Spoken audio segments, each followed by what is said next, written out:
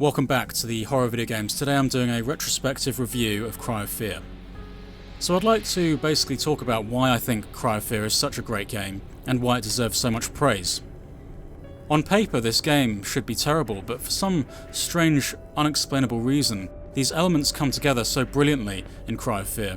For example, there's almost no script, there are almost zero meaningful in fact, there are no meaningful characters in this game, and also there are these very strange, peculiar changes in your character's behaviour, which is also unexplainable and makes no sense.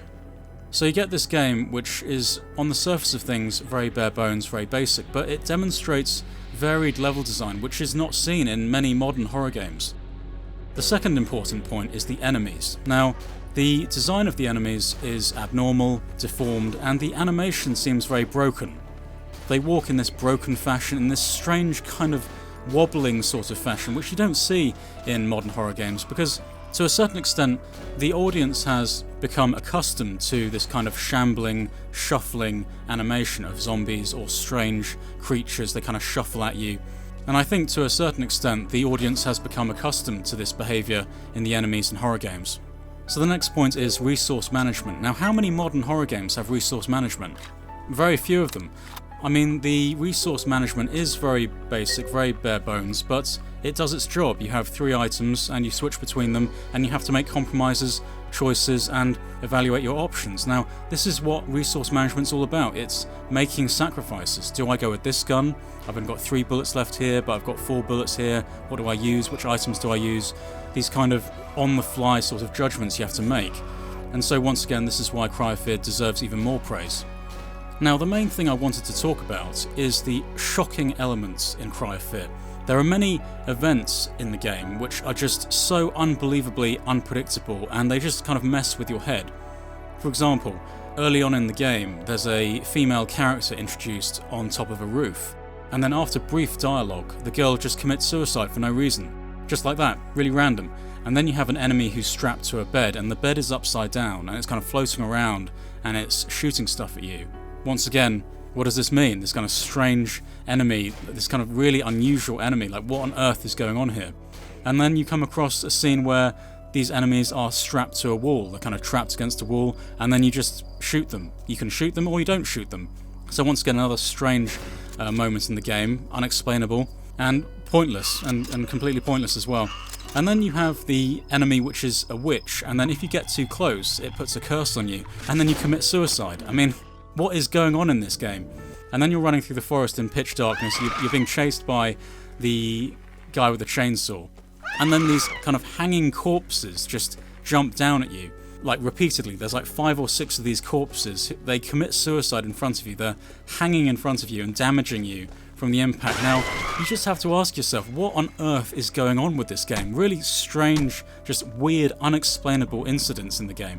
And it's like, the mind boggles thinking about the hanging suicides in the forest, because, okay, so you've got all these kind of suicidal women who are ready to kill themselves, but in the final act of living, they decide that they're going to try and hurt you by committing suicide, and then they die. It doesn't make any sense. There are so many elements in this game which are just so puzzling and just so weird, and then you have the player's character stamping on that guy's head. I mean, what? I mean, like, your character's supposed to be this kind of innocent, average person, and then he's, towards the end of the game, he's just brutally stamping on this guy's head. What's that about? And then you have 2 beheading scenes, just like meaningless beheading scenes, just thrown in there for good measure. And like, what is going on? I think this whole game just messes with you with these strange, just what on earth is happening in this game? And you just don't see this kind of design in modern horror games, because I think a lot of horror games are kind of playing it safe a little bit. They're being a little bit predictable. But in Cry of Fear, you just never know what's going to happen around the next corner. And that's why it's so brilliant, this game, because it's so unpredictable, you don't know what's going to happen, and it's constantly got you on edge. And I think that's what great horror games do. I think one of my main points about this is the perversity of the game world. Now, this is demonstrated through your character's behaviour, and the game world itself isn't disturbing. Everything seems perfectly normal. You've got a city environment, you have a sewer, you have a hospital. All of these environments are perfectly normal, but it's everything that occurs within the game world which is perverse, and has this kind of unexplainable quality to it, which is very, very disturbing.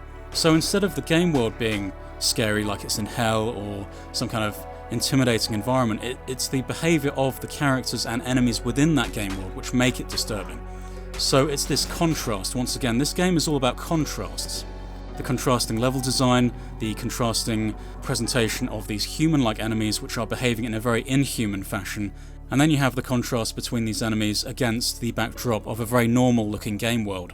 Now, this unexplainable quality of Cry of Fear provokes questions which can't be answered. Now, this is what great horror games do. They throw stuff at you which don't have answers, and it makes you think about things, and it gives you these kind of moral questions to answer. And the great thing is that there are no answers. There's no way to kind of make sense of all these strange incidents, like the girl committing suicide, the upside down bed man, the executing of the wall enemies, the witch curse suicides, the hanging suicides, the player stamping on people's heads, the beheading scenes. There are no answers to these brutal acts in the game.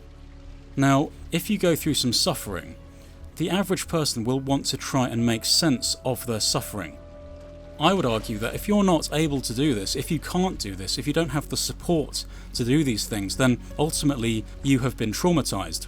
Now, in Cry of Fear, this is what happens. You're presented with scenes which make no sense. They're brutal, they're grotesque, they're horrifying, and there is no answer provided to these situations. There's no solution, there's no conclusion, no emotional conclusion to these scenarios, and I think this is traumatizing for the player. So I would call this almost gaming trauma, which is provoked by unanswerable questions with no closure. And this is what Cry of Fear does so brilliantly.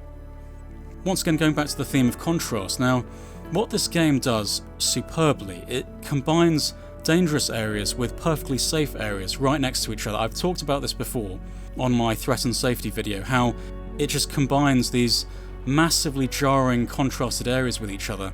And so it's shocking. It's a shocking combination where you're walking through the school and you associate schools with safety, and then moments later the lights go out and it turns into this kind of hellish nightmare and monsters are coming through the wall. And once again, you go through the mental hospital, it's really dangerous, and then it becomes really safe again. So once again, a kind of inversion. And then another example is you're rowing your boat across the lake, and then you get to the cabin, and then you think you're safe, and then you walk down the stairs, and then the stairway breaks away, and then you're attacked by those witches. So Cry of Fear demonstrates a game mechanic which, once again, just isn't present in many modern horror games. These kind of harsh contrasts between dangerous areas and safe areas. So I think one of my big points about Cry of Fear is this constant sense of contrast throughout the game. This leads to great variety and excitement within the game. It's unpredictable, so it constantly keeps you on edge. This game has a profound miserableness, awfulness, oppressiveness, hopelessness, powerlessness, and a bleakness. Now, this moves me on to my final point, that despite all of these flaws, there are so many flaws in this game, it's unbelievable, but somehow they just combine together in this kind of magical way. It leads me to believe that this is actually a paradigm of the horror genre.